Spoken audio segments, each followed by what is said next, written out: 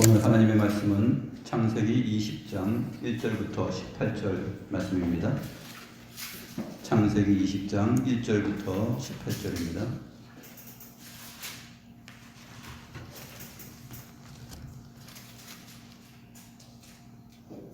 제가 하나님의 말씀을 받들어 읽겠습니다. 아브라함이 거기서 네게부 땅으로 옮겨가 가데스와 술 사이 그랄에 거류하며 그의 아내 사라를 자기 누이라 하였으므로 그랄 왕 아비멜렉이 사람을 보내어 사라를 데려갔더니 그 밤에 하나님이 아비멜렉에게 현명하시고 그에게 이르시되 내가 데려간 이 여인으로 말미암아 네가 죽으리니 그는 남편이 있는 여자입니다. 아비멜렉이 그 여인을 가까이 하지 아니하였으므로 그가 대답하되 주여 주께서 의로운 백성도 멸하시나이까? 그가 나에게 이는 내 누이라고 하지 아니하였나이까? 그 여인도 그는 내 오라비라 하였사오니 나는 온전한 마음과 깨끗한 손으로 이렇게 하였나이다. 하나님이 꿈에 또 그에게 이르시되 내가 온전한 마음으로 이렇게 한 줄을 나도 알았으므로 너를 막아 내게 범죄하지 아니하게 하였나니 여인에게 가까이 하지 못하게 함이 이 때문이니라. 이제 그 사람의 아내를 돌려보내라. 그는 선지자라.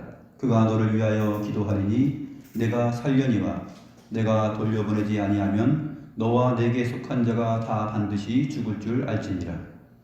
아비멜렉이 그날 아침에 일찍이 일어나 모든 종들을 불러 그 모든 일을 말하여 들려주니 그들이 심히 두려워하였더라. 아비멜렉이 아브라함을 불러서 그에게 이르되 네가 어찌하여 우리에게 이렇게 하느냐? 내가 무슨 죄를 네게 범하였기에 네가 나와 내 나라가 큰 죄에 빠질 뻔하게 하였느냐? 내가 합당하지 아니한 일을 네게 행하였도다 하고 아비멜렉이 또 아브라함에게 이르되 내가 무슨 뜻으로 이렇게 하였느냐?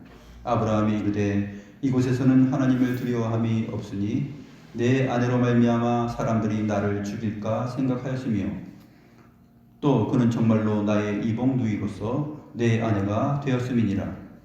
하나님이 나를 내 아버지의 집을 떠나 두루 다니게 하실 때에 내가 아내에게 말하기를 이후로 우리의 가는 곳마다 그대는 나를 그대의 오라비라 하라. 이것이 그대가 내게 베풀 은혜라 하였었노라. 아비멜렉이 양과 소와 종들을 이끌어 아브라함에게 주고 그의 아내 사라도 그에게 돌려보내고 아브라함에게 이르되 내 땅이 내 앞에 있으니 네가 보기에 좋은 대로 거주하라 하고 사라에게 이르되 내가 은 1000개를 내 오라비에게 주어서 그것으로 너와 함께한 여러 사람 앞에서 내 수치를 가리게 하였느니 내 일이 다 해결되었느니라. 아브라함이 하나님께 기도하며 하나님이 아비멜렉과 그의 아내와 여종을 치료하사 출산하게 하셨으니 여호와께서 이왕에 아브라함의 아내 사라의 일로 아비멜렉의 집의 모든 태를 닫으셨음이더라.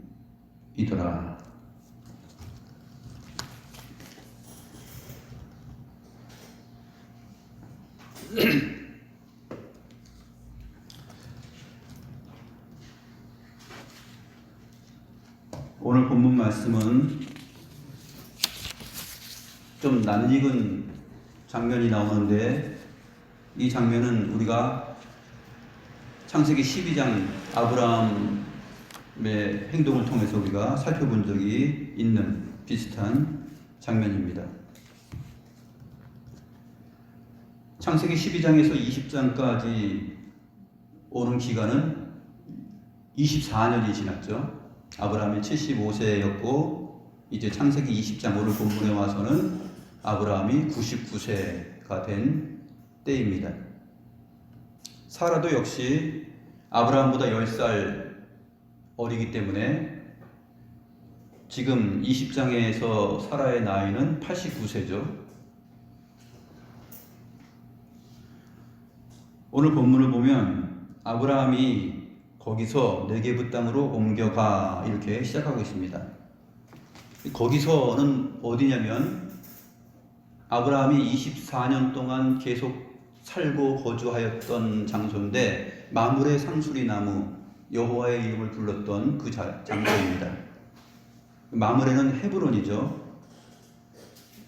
창세기 23장 19절에 가면 이 마므레는 곧 헤브론이다 이런 표현을 하면서 상세하게 가르쳐 줍니다.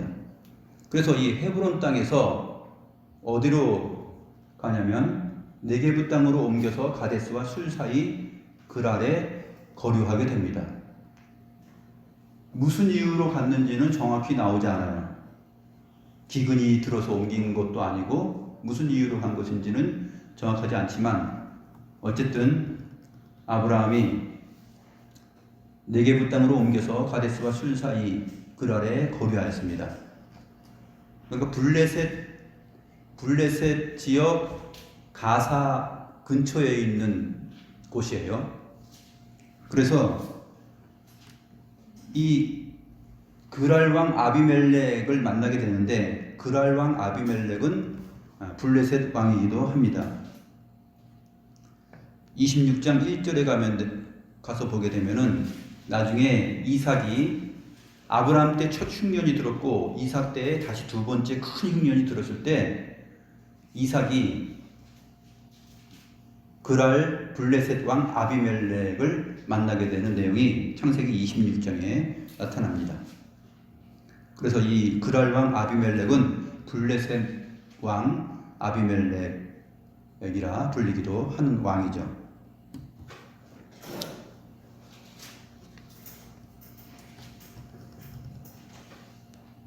근데 20장에서 지금 아브라함이 만났던 그랄 왕 아비멜렉이 26장의 블레셋 왕 아비멜렉과 동일 인물인지 아닌지는 정확히 모릅니다. 그 왕의 이름을 아비멜렉이라 이름하는 것이 아마 유행이었던 것 같습니다.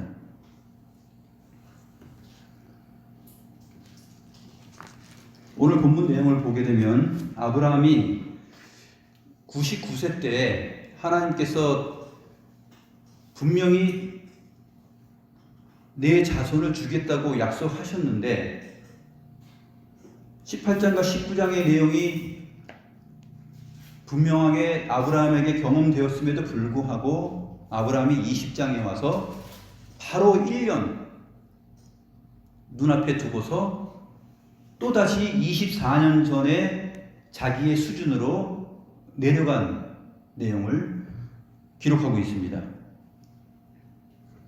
참 어찌 보면 이해할 수 없죠. 또다시 이러한 수준을 발휘하다니. 그러므로 우리를 아브라함과 같이 되게 해주세요. 이런 내용을 아브라함이 받은 어떤 복에 근거하여서 자기도 큰 복을 받아 누리고 싶다. 양과 소와 재산들 풍부하게 하나님께서 주셨다. 이런 것도 생각하면서 아브라함과 같이 되게 해달라는 그러한 말을 가볍게 해서는 안 될 것입니다. 아브라함은 성경이 말하는 대로 믿음의 조상이다 라는 말을 하게 되는데 믿음의 조상이라는 말은 아브라함의 위대함을 강조하는 것이 아니라 아브라함의 못남을 강조하고 하나님의 사랑과 하나님의 열정과 하나님의 구원의 열심, 은혜 이것을 강조하는 말입니다. 아브라함에게 있는 믿음, 그 믿음이 어떻게 점점 하나님의 뜻에 부합하게 되고 하나님께서 주시는 믿음이라는 것이 선물로서 얼마나 위대하게 발휘될 수 있는가 하는 것을 우리가 갈대아 우르에서부터 불러낸 하나님의 뜻과 정하심, 계획, 인도하심 그리고 24년의 기간이 지금 흐르면서 또다시 아브라함이 자기의 나약한 믿음의 수준을 드러낼 때 이때 역시 하나님께서 아브라함을 죽이지 아니하시고 아브라함이 에이 못난 놈 나가버려 하면서 쫓아내지 아니하시고 아브라함을 선지자라고 하시면서 아브라함을 깨닫게 하시고 아브라함에게 진정한 믿음의 내용을 확실하게 더 주시는 그러한 친절함이 오늘 본문을 통해서 잘 드러나고 있습니다. 그 내용을 우리가 오늘 살펴보도록 하겠습니다. 자, 2절 말씀 보시면 아브라함이 또 어떻게 하였습니까? 그의 아내 사라를 자기 누이라 하였습니다. 자기 아내라 그래야 되는데 또 이 그랄 왕 아비멜렉 앞에서 이 사람은 내 아내가 아니라 내 누이다 이렇게 말을 했어요. 왜 그렇게 하였죠? 나중에 11절에 아비멜렉 앞에서 설명하는 아브라함의 표현을 보게 되면 내 아내로 말미암아 사람들이 나를 죽일까 생각하였기 때문이다 라고 고백을 합니다. 그러니까 여전히 창세기 12장에서 애굽 땅으로 내려갔을 때 바로 앞에서 보였던 그것처럼 내 아내로 말미암아 내가 죽을까 두려워서 지금 이렇게 표현을 한 것입니다. 그런데 그날 밤에 하나님이 아비멜렉에게 꿈에 나타나십니다. 그래서 그에게 말씀을 하시죠. 내가 데려간 이 여인으로 말미암아 내가 죽으리니 그는 남편이 있는 여자임이라. 그는 남편이 있는 여자임이라 라는 말은 정확하게 하면 그 여자는 한 남자의 여자이니라 그렇게 설명이 되어 있어요. 그러니까 남편이 있는 여자다 라고 말을 하고 내가 데려간 그 여인으로 말미암아 너는 죽을 것이다 이렇게 말을 하는 것이에요. 그랄 왕 아비멜렉이 깜짝 놀랐습니다. 꿈에 갑자기 신이 나타나서 이러한 말을 귀가 쫑쫑하게 들리게 말씀하시니까 아비멜렉이 너무 놀랐겠죠. 사실 하나님은 누구에게 나타나야지 지금 정상입니까? 사라로 인하여서 자기가 죽을까봐 겁을 내고 이 여자는 내 아내가 아니라 내 누이입니다 라고 말했던 아브라함에게 나타나서 내 이놈 네가 어찌하여 24년 전에 네 모습 네 그 수준으로 그대로 내려갔느냐 하면서 아브라함을 꾸짖어야 되겠죠. 근데 하나님께서 아브라함 꿈에 나타나신 것이 아니라 그랄 왕 아비멜렉의 꿈에 나타나셔서 지금 아비멜렉을 지금 꾸짖고 있는 것이에요. 내가 데려간 이 여인으로 말미암아 너는 죽을 것이다. 그는 남편이 있는 여자이기 때문이다. 근데 아비멜렉이 그 밤에 사라를 데려왔긴 데려왔는데 가까이 하지 않았어요. 바로 가까이 하기 전에 하나님이 나타나신 거예요.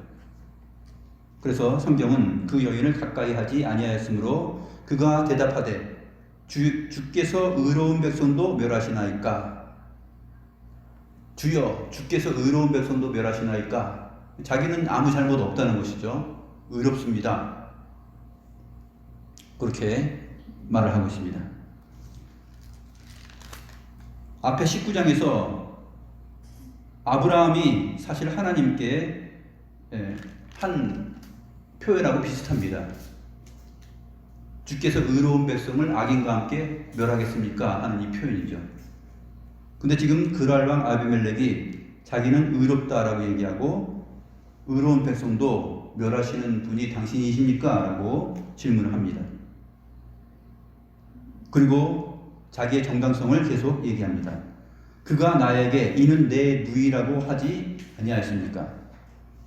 또 그 여인도 그는 내 오랍이라 하였사오니 나는 온전한 마음과 깨끗한 손으로 이렇게 하였나이다. 자기 마음도 온전하고 그 여인을 데려온 자기 손도 깨끗하고 의롭다는 것입니다. 저는 아무 잘못이 없어요 라고 얘기를 한 것이죠. 하나님이 꿈에 또 말씀하십니다. 네가 온전한 마음으로 이렇게 한 줄을 나도 알았으므로 너를 막아 내게 범죄하지 아니하게 하였다. 이렇게 말합니다. 네 마음과 손이 온전하고 깨끗하였기 때문에 더욱 내가 너를 막고 너를 지켜주고 있는 것이다 라고 설명하고 있어요. 여인에게 가까이 하지 못하게 함이 이 때문이다. 사실 하나님 앞에 죄를 짓지 않게 하기 위해서 아비멜렉의 꿈에 나타난 것이죠. 여기서 너를 막아 내게 범죄하지 아니하게 하였나니 이라는 표현이 중요합니다. 아비멜렉이 영문도 모르고 자기 아내를 자기 누이라고 말하였기 때문에 그 아브라함의 아내 사라가 아름다웠기 때문에 자기 아내를 취하고 싶어서 데려왔는데 그 일이 바로 꿈에 나타나신 여호와 하나님께 범죄하는 일이었다라고 지적하고 가르쳐 주는 것이에요. 그것은 무엇입니까? 하나님께서 아브라함을 택하시고 그에게 씨에 대한 약속을 주시고 또 천하 만민이 그 씨로 말미암아 복을 얻을 것이다라는 이 구속사 전체를 하나님이 아브라함에게 언약으로 담아주셨는데, 근데 그 두 사람 사이에서 태어나는 그 씨가 지금 1년 후면은 이제 잉태하여서 태어날 것인데, 네가 감히 나의 역사와 구속사의 경륜과 그 틈에 들어와서 네가 이렇게 하는 것은 엄청난 나에 대한 죄다. 그렇기 때문에 내가 너를 지키고 막고 있는 것이다 라는 것이에요.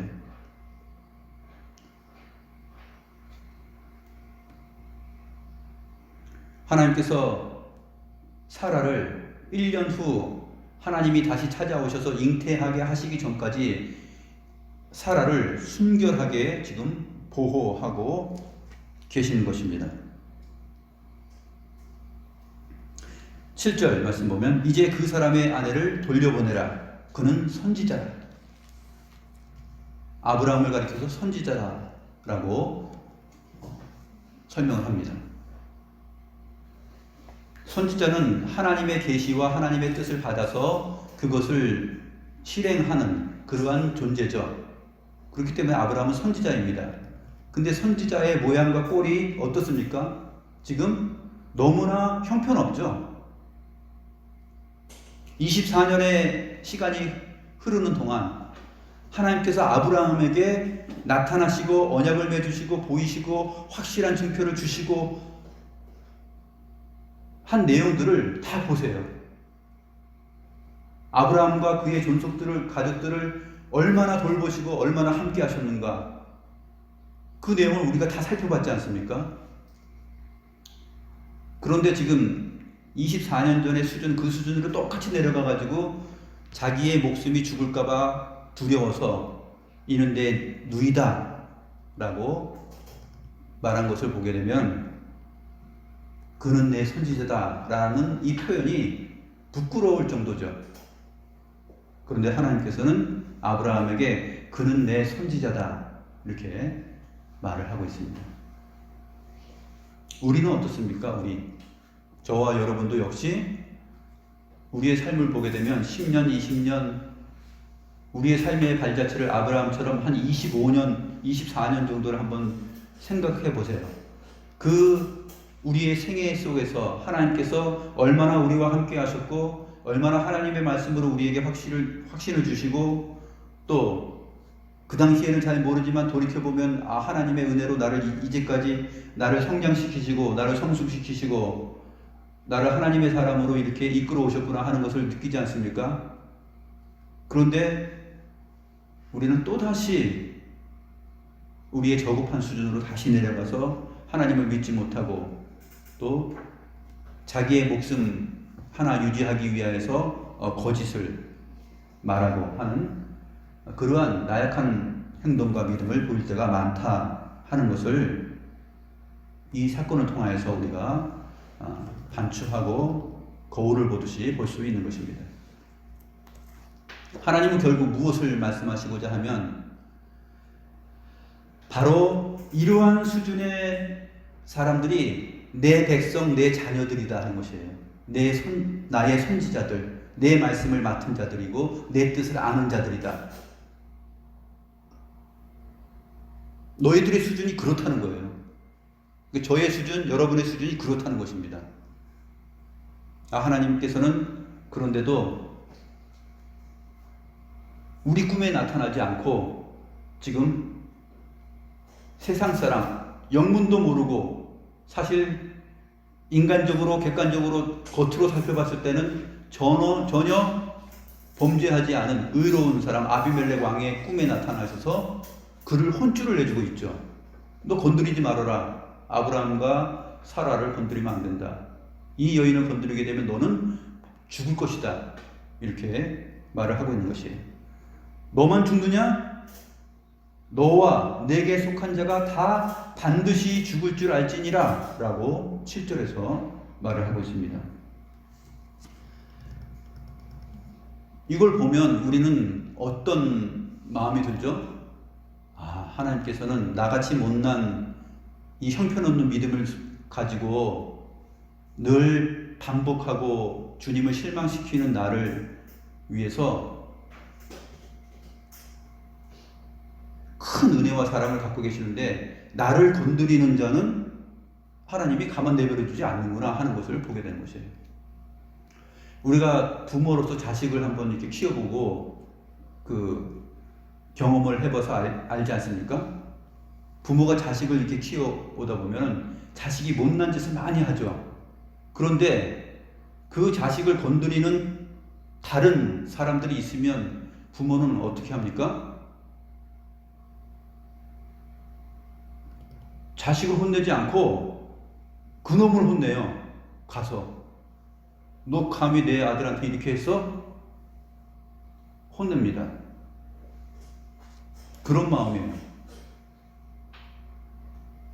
그 자식에게는 지금 그것을 통하여서 더 사실상 아브라함은 아비멜렉이 혼쭐 나는 것을 통하여서 아브라함은 더 혼나고 있는 것이죠.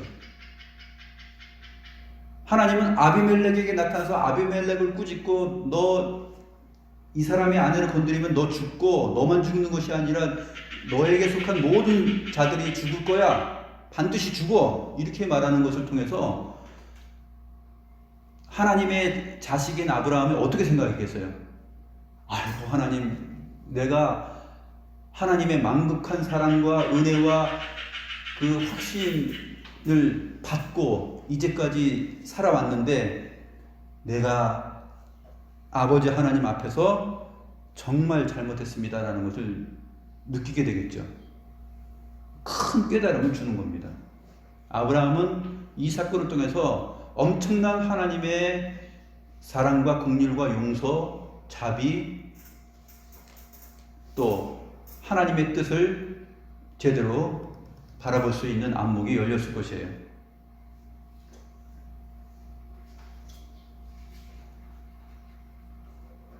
아브라함의 이러한 수치스럽고 찌질하고 못난 믿음과 행동, 이것도 하나님의 뜻과 경륜과 계획을 바꾸지 못한다 하는 것이에요. 우리 성도들의 못남과 찌질함, 그리고 반복되는 어리석음, 이러한 죄악과 잘못, 변명, 이러한 것들이 우리의 삶 속에 늘 반복되어서 일어나고 있지만 하나님께서는 우리의 그러한 형편없는 반복이 우리를 향하여서 우리를 한번 택하시고 구원하시고 이끄시는 하나님의 구원을 변경시키지 못한다는 것입니다. 우리가 자녀를 키울 때 흔히 아주 말썽을 부리면 너 호적에서 파내버릴 거야 하는데 사실 파내버리진 않잖아요. 호적에서 파내버리지 않잖아요. 그리고 그 자식을 끝까지 교육하고 양육합니다. 그 부모의 사랑이 하나님으로부터 지금 아브라함에게 표현되고 있는 내용입니다.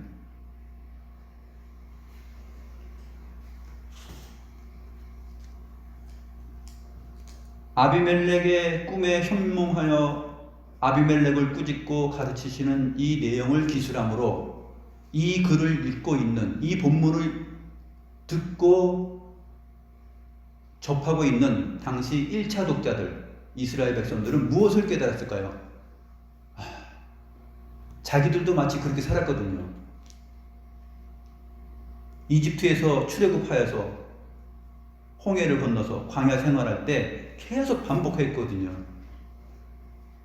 근데 하나님께서 아브라함의 이러한 연약한 믿음과 하나님의 가르치심, 하나님의 지도하심을 보고서 자기들의 모습을 생각했을 것입니다.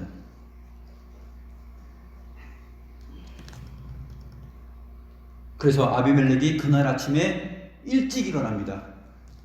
아니, 꿈에 갑자기 나타나서, 하나님이 나타나서 자기에게 이렇게 막 분명한 메시지를 전하니까 깜짝 놀란 것이죠.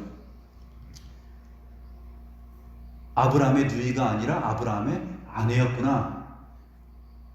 이 사람을 건드리면은, 이 사람을 아내로 맞이하고 동침하게 되면은 나는 아브라함에게나 사라에게 범죄하는 것이 아니라 아브라함과 사라의 하나님이신 그 신, 그 여호와 하나님께 범죄하는 꼴이 되고 나와 내 가족들과 내 나라는 다 망하고 죽을 것이구나 하는 것을 느끼게 됩니다. 그래서 아침 일찍 일어나요. 그리고 모든 종들을 불러 모읍니다. 얘들아, 다 집합해. 그리고 모든 일을 상세하게 말을 하고 들려줍니다. 그러니까 그 종들이 다 심히 두려워하였다라고 말하고 있습니다. 그들이 심히 두려워하였다라는 이 말이 사실은 11장의 아브라함의 표현과 연결이 되는데 11절에 아브라함이 이르되 이곳에서는 하나님을 두려워함이 없으니 라는 표현을 하죠.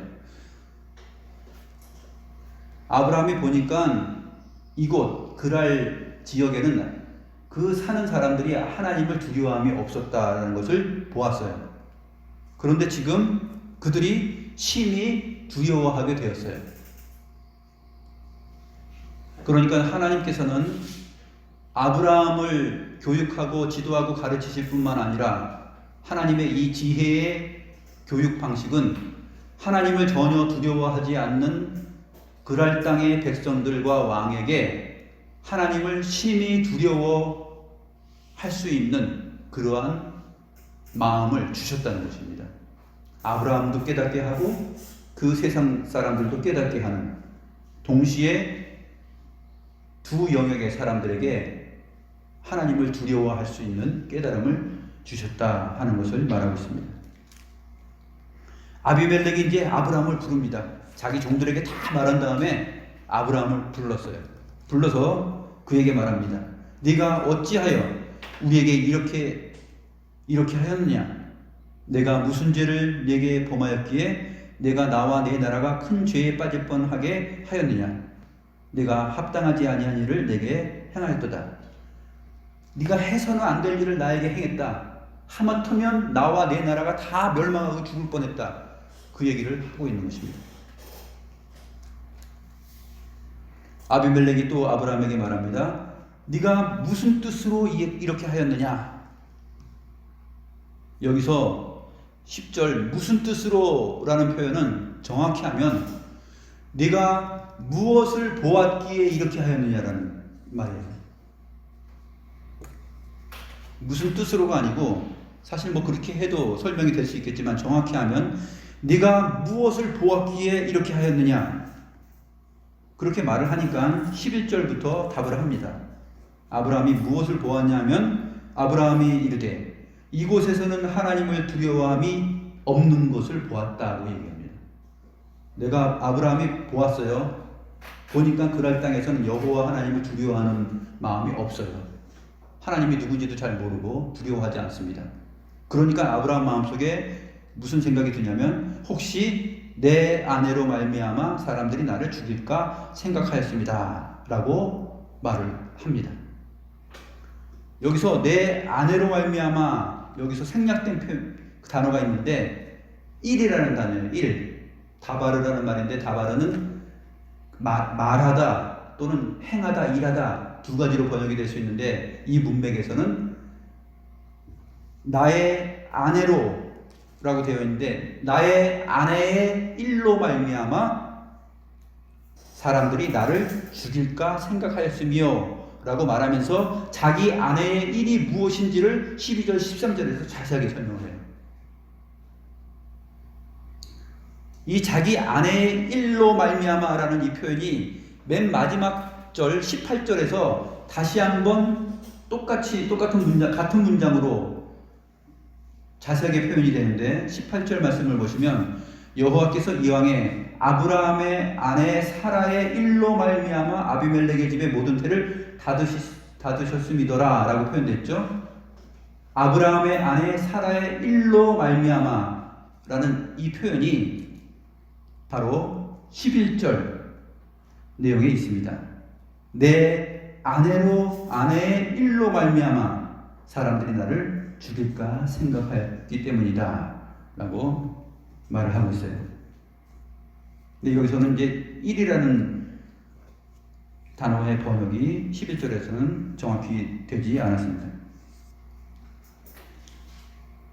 12절 말씀, 자기 아내의 일이 뭐냐 이제 설명이 나옵니다.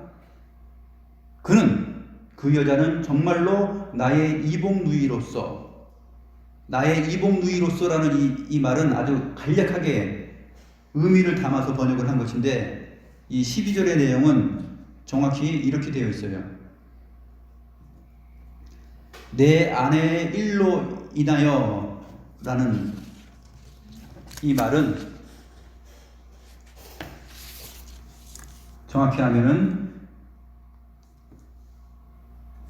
나의 이복 누이로서 라는 말을 정확히 하면 히브리어 성경에는 이렇게 되어 있습니다. 그는 정말로 나의 아버지의 딸이요 나의 어머니의 딸은 아닙니다. 이렇게 되어 있어요. 그러니까 이 말이 무슨 말이에요? 나의 아버지의 딸이 아니요 나의 딸이요 나의 어머니의 딸은 아닙니다. 이렇게 되어 있는데 이것을 나의 이복 누이로서 이렇게 간략하게 우리말이 번역을 한 것입니다. 맞는 말이죠. 나의 이복 누이. 그러니까 배다른 동생이에요. 10살 차이 나는 배다른 동생. 아버지는 같아요. 아버지는 같은데 아브라함의 아버지의 딸이에요. 그런데 아브라함의 어머니의 딸은 아니에요. 그러니까 다른 여자의 딸이라는 얘기예요. 그래서 이복 누이다라는 번역을 한 것입니다. 그리고 그 여자는 나의 아내가 되었습니다. 그래서 다시 이제 13절에서 더 자세한 설명이 나옵니다. 내 아내 사라와 나는 이러한 관계입니다. 정확히 이러한 관계이고 그래서 하나님이 나를 내 아버지 집을 떠나 두루 다니게 하실 때 내가 아내에게 말하기를 이후로 우리의 가는 곳마다 그대는 나를 그대의 오랍이라 하라. 이것이 그대가 내게 베풀 은혜라 하였노라. 이렇게 말했다는 것이죠. 그게 무엇입니까? 내 아내의 일로 말미암아 내가 죽을까 하노라에 대한 자세한 설명이에요. 12절 13절. 그래서 당신 앞에서 내가 이 여자는 내 누이입니다 라고 말했고 사라도 역시 이 사람은 내 오랍입니다 라고 말을 했다라는 것이죠.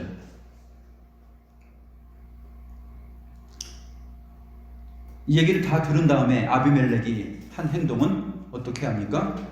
양과 소와 종들을 이끌어 아브라함에게 줍니다. 아비멜렉이 아브라함에게 따지지 않아요. 따지지 않고 얘기를 다 들은 다음에 하는 행동은 양과 소와 종들을 이끌어 아브라함에게 다 주고 그의 아내 사라도 그에게 돌려보냅니다. 그리고 아브라함에게 말합니다. 나의 땅이 너 앞에 있으니 네가 보기에 좋은 대로 거주하라. 어디든지 네가 마음에 드는 곳에 그냥 거주하라. 이렇게 은혜를 베풉니다. 그 다음에 16절 사라에게 말을 합니다.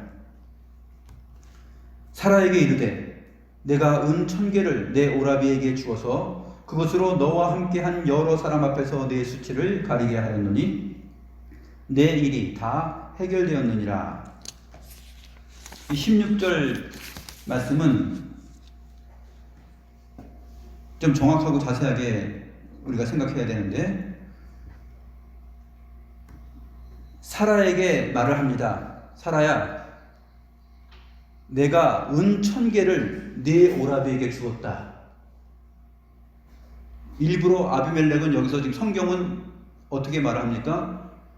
내 남편에게 주었다 이렇게 말하지 않고 내 오라비에게 주었다라고 강조를 합니다. 이 말은 무언가 완전한 해결을 위해서 네 오라비라는 표현을 하는 것이에요. 은 1000개를 주었다. 은 1000개는 은잎 1000개, 개수 1000개를 말하는 것이 아니라 은 1003개를 무게 1003개의 무게가 되는 한 덩어리를 준 거예요. 그러니까 100원짜리 동전이나 10원짜리 동전, 그 동전 개수를 1000개를 넣어서 자루에 넣어서 준 것이 아니라 은 1003개에 해당하는 그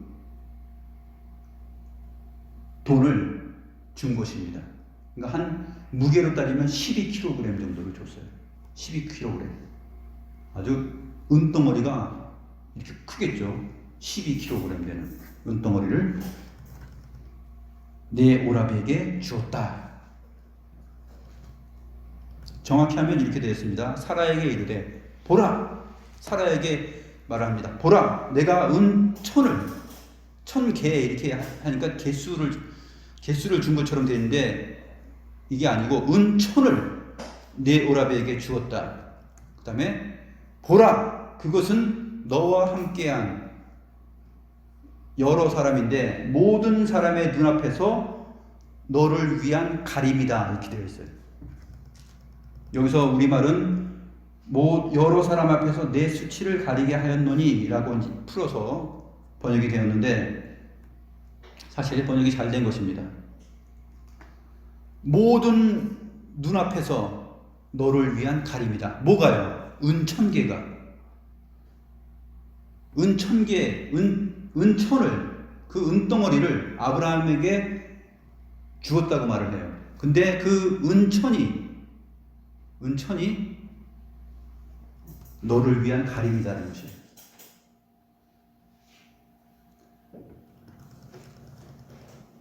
누구로부터? 너와 함께한 여러 사람, 너와 함께한 모든 사람 앞에서 너를 위한 가림이다.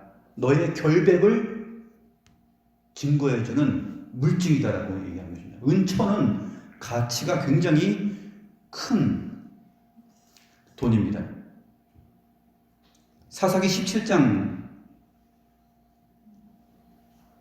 2절부터 3절을 보게 되면 은 1100개가 나오죠.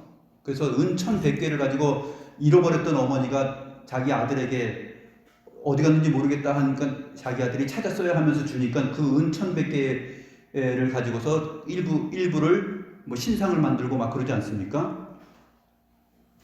그러면서 사사기 17장 10절 말씀을 보게 되면 우리가 기준을 잡을 수가 있는데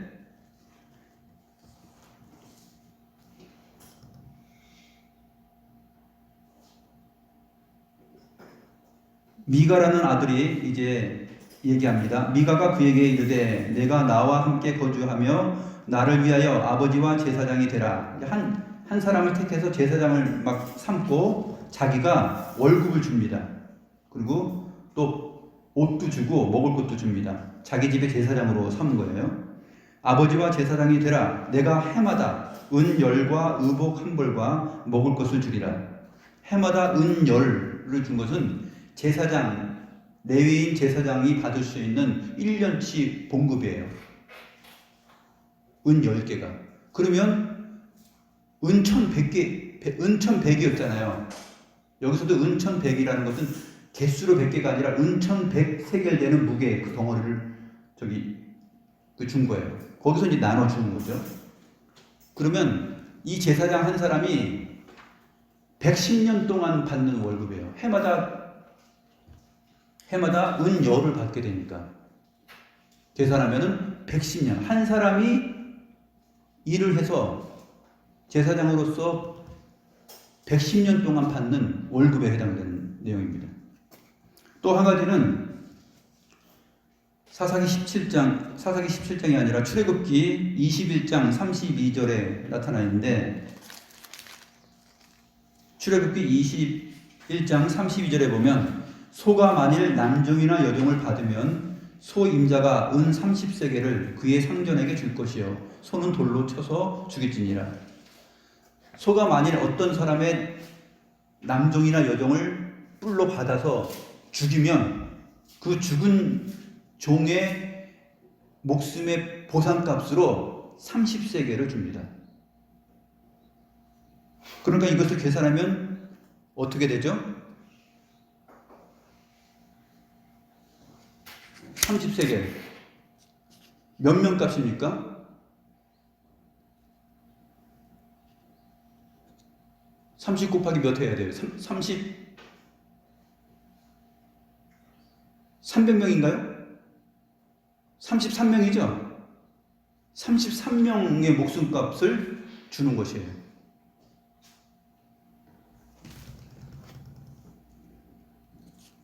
그래서 지금 아비멜렉이 아브라함에게 은천을 주었다라고 말하면서 그것이 모든 너와 함께한 모든 사람들 앞에서 너를 가림이다. 그러니까 너의 수치. 아브라함 집안에 있는 모든 사람들, 사라를 알고 있는 모든 사람들이 어떻게 생각합니까? 다 알고 있죠. 보았죠. 아브라함이 자기 목숨 죽을까봐 생각해서 사라하고 얘기해가지고 어디를 가든지 이는 내 누이라 하고 이 사람은 내 오랍이다 이렇게 말하게 해가지고 결국 이 지경을 만난 거 아닙니까? 사라는 정말 아브라함이 시키는 대로 한 것이죠. 아브라함이 그렇게 못났고 찌질하니까 사라는 그렇게 한 것이죠. 그런데 모든 사람 앞에서 그것을 보고 알고 있는 아브라함 가족 안에 있는 모든 종들과 모든 사람들 앞에서 사라는 결백하고 아무 잘못이 없다라는 그 가림과 결백을 주신 거예요. 아비멜렉이 이 여자는 내가 그냥 데려온 것이지 이 여자에게는 아무 잘못이 없다. 그는 내 오랍이라 라고 말하였지만 그것은 잘못이 없다라는 것을 강조하기 위해서 내가 네 오라비에게 은천을 주었다. 그것이 너에게 가림이 되었다라고 말합니다.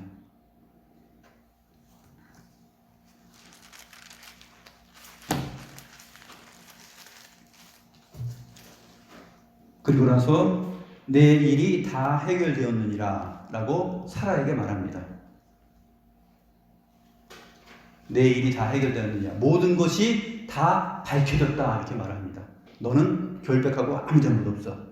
아브라함이 그렇게 못나게 했고 네가 이 남자는 나의 오라버니다 한 것은 전혀 너의 수치가 되지 않는다. 그래서 그 사라를 위해서 사라의 그러한 오해, 사라를 향한 눈초리의 그 오해, 그것을 가려주기 위해서 아브라함에게 은천을 준 것이에요. 아비멜렉이 이 엄청난 금액의 은덩어리를 아브라함에게 왜 주었습니까? 사라에게 설명을 해주는 거예요. 이것이 너에게 가림이 되게 하기 위해서 모든 것이 다 해결되었다라고 말을 합니다.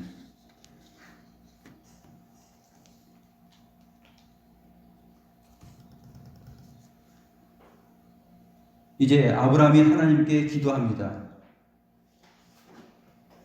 그는 선지자라 그가 너를 위하여 기도하리니 네가 살려니와 이렇게 7절에서 말을 했었죠. 내가 돌려보내지 아니하면 너와 네게 속한 자가 다 반드시 죽을 줄 알지니라. 그래서 8절부터 16절까지의 내용이 끝난 다음에 이제 7절하고 17절이 이어지는 겁니다. 아브라함이 하나님께 기도하면 하나님이 아비멜렉과 그의 아내와 여종을 치료하사 출산하게 하셨으니, 아비멜렉이 사라를 데려오고 사라와 함께 하고 있었을 때 아비멜렉과 그 집안의 여종들에게 어떤 일이 일어났냐면 하나님께서 그 태의 문들을 다 닫으시는 일이 일어났어요. 앞에서는 그게 설명이 안 됐는데 지금 17절, 18절에서 지금 나오고 있습니다. 그래서 하나님께서는 너와 내게 속한 자가 다 반드시 죽을 줄 알라 라는 말을 하시는 거예요. 하나님께서 그 태를 이미 다 닫으셔서 완전히 그들을 멸하시기로 생각하셨다 하는 것을 17절, 18절이 보여줍니다. 그렇기 때문에 아브라함이 선지자다라는 말을 하고 그가 너를 위하여 기도할 것이다. 그러니 너는 네가 데려온 이 여자를 돌려보내라. 그렇지 않으면 너와 너에게 속한 자가 반드시 다 죽는다라는 말씀을 한 것이에요.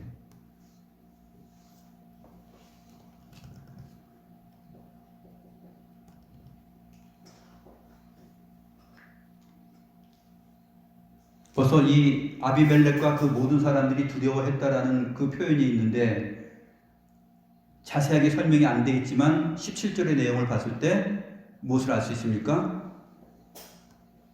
그의 아내와 아비멜렉과 그의 아내와 여종을 치료하사라는 이 표현 속에서 벌써 심각한 질병을 하나님께서 그들에게 이미 주셨다 하는 것을 알고 있어요.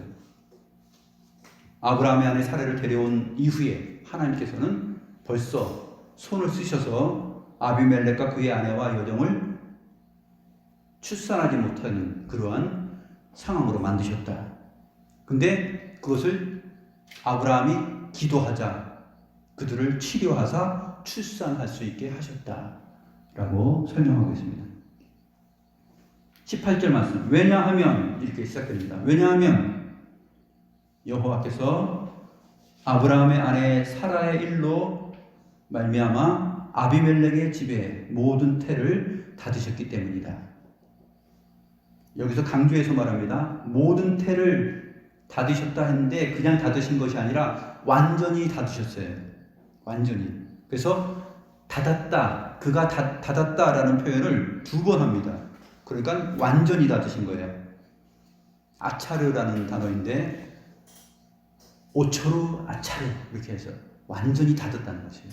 닫았다는 거예요. 완전히 닫았다는 것입니다. 무엇으로 인해서? 아브라함의 아내 사레의 일로 말미암아 아비멜렉의 집의 모든 태를 완전히 닫았다. 그러면 죽음이죠. 그 집안은 다 망하는 것입니다. 근데 그것을 아브라함이 기도함으로 인하여서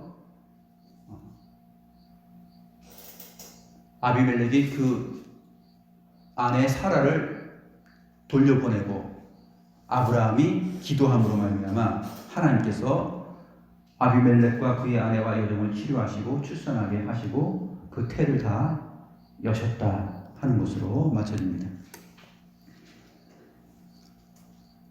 이러한 하나님의 간섭과 열심, 이러한 간섭은 아주 특별한, 매우 특별한 아버지의 모습이죠.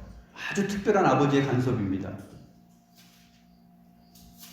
한 아버지가 한 자녀를, 자기 자식을 끔찍히 생각하고 자기 자식을 통하여서 이루어야 할 그 엄청난 계획을 갖고 있는데 그 자식을 건드리니까 그것이 이루어지지 못할 수 있다라는 생각에 그것을 건드린 자를 가만 놔두지 않고 꿈에 나타나서 찾아가서 그 꿈속에 찾아가서 그를 질책하고 너는 그 일로 인하여서 죽을 수 있다라고 얘기하는 것이죠. 놓아주지 않으면 죽는다라고 공포를 주신 것입니다. 하나님이 우리를 사랑하실 때 그렇게 사랑하시는 것이에요. 하나님이 택하신 백성 자녀, 우리의 수준이 아브라함의 모습처럼 이렇게 못났다 할지라도, 정말 이 치명적인 실수를 반복한다 할지라도 하나님께서 뜻하시고 정하시고 계획하신 그 일을 어느 누구도 방해하지 않는다는 것입니다. 우리의 저급한 수준과 못난 수준도 하나님의 우리를 향하여 갖고 계신 계획을 방해하지 못한다. 그게 아버지가 자식을 사랑하는 마음이에요. 하나님께서 우리를 그렇게 사랑하십니다. 아브라함을 그렇게 이끄시고 인도하시는 하나님 아버지의 모습을 통해서 오늘 우리가 연약한 믿음을 가지고 하나님 앞에서 살아가는 우리를 하나님께서 우리를 어떻게 교육하시고 교훈하시고 알게 하시고 깨우치시고 인도하시는가 하는 하나님의 간섭과 하나님의 열심, 이 모든 것을 우리가 보고 깨닫게 됩니다. 기도하겠습니다.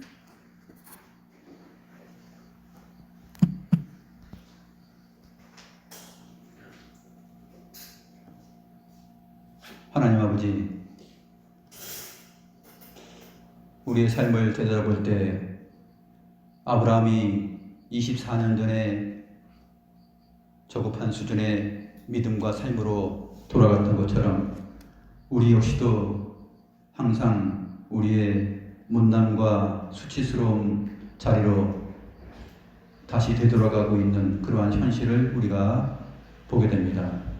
하나님, 그러할지라도 하나님께서는 우리를 크게 나무라시고 우리를 자녀된 복으로부터 버리지 아니하시고 우리에게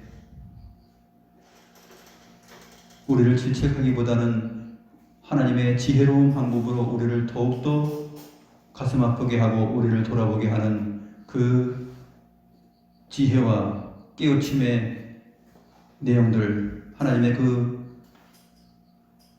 질적으로 풍부하신 그 교육 방침을 우리가 보게 됩니다. 하나님 아버지,